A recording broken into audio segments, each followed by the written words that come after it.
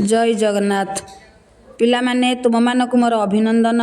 ଆଜି ଗୋटे ସୁନ୍ଦର କଥା ଶୁଣିବା। ସେ ଥିଲେ ଜଗତର କୋକିଳ ଓ ଭାରତର ବୁଲବୁଲ। ସେ ହେଉଛନ୍ତି ସରୋଜିନୀ ନାଇଡୁ। ସେ କିଏ? ସେ ହେଉଛନ୍ତି ସରୋଜିନୀ ନାଇଡୁ। 1914 ମସିହାରେ ପ୍ରଥମ ଥର ପାଇଁ ସେ ଗାନ୍ଧିଜୀଙ୍କୁ ଭେଟିଲେ। ଗାନ୍ଧିଜୀଙ୍କ ନୀତି ଆଦର୍ଶ ଓ ସରଳତା ଓ ତାଙ୍କୁ ପ୍ରଭାବିତ କରିଥିଲା। କବିତ୍ୱ ଭଲ ଭାଷଣ ଦେବାରେ ଦକ୍ଷତା ସହ ରାଜନୀତି କ୍ଷେତ୍ରରେ ମଧ୍ୟ ତାଙ୍କର ନିପୁଣତା ପ୍ରକାଶିତ ହୋଇଥିଲା। 1930 ମସିହା କଥା। ଭାରତରେ ଲବଣା ସତ୍ୟାଗ୍ରହ ଚାଲିଥାଏ।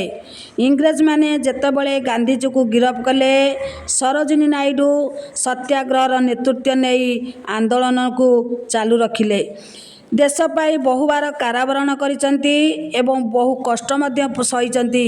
କ'ଣ କରିଛନ୍ତି? ବହୁ କଷ୍ଟ ମଧ୍ୟ ସହିଛନ୍ତି।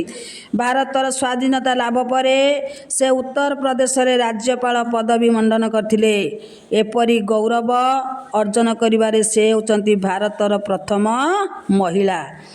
ରାଜ୍ୟପାଳ ରୂପେ କର୍ତ୍ତବ୍ୟ ସମ୍ପାଦନ କରୁଥିବା ସମୟରେ 70 ବର୍ଷ ବୟସରେ 1949 ମସିହା ମାର୍ଚ୍ଚ 2 ତାରିଖରେ ତାଙ୍କର ମୃତ୍ୟୁ ହେଲା।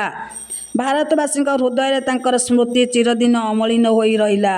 ସେ କେବଳ ପ୍ରାଚ୍ୟ ଜଗତର କୋକିଳ ବା ଭାରତର ବୁଲବୁଲ ନଥିଲେ, ସେ ଥିଲେ ପ୍ରକୃତରେ ହୀରାଟିଏ। ସେ କ'ଣ ଥିଲେ? ପ୍ରକୃତରେ ହୀରାଟିଏ। ସେ କିଏ? ସେ ହେଉଛନ୍ତି ସରୋଜିନୀ ନାଇଡୁ। ଜୟ ଜଗନ୍ନାଥ।